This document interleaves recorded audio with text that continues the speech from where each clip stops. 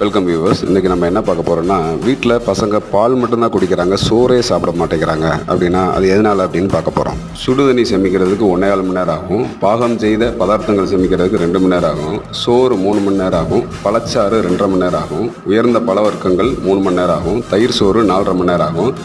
தேன் 5 மணி நேரம் ஆகும்.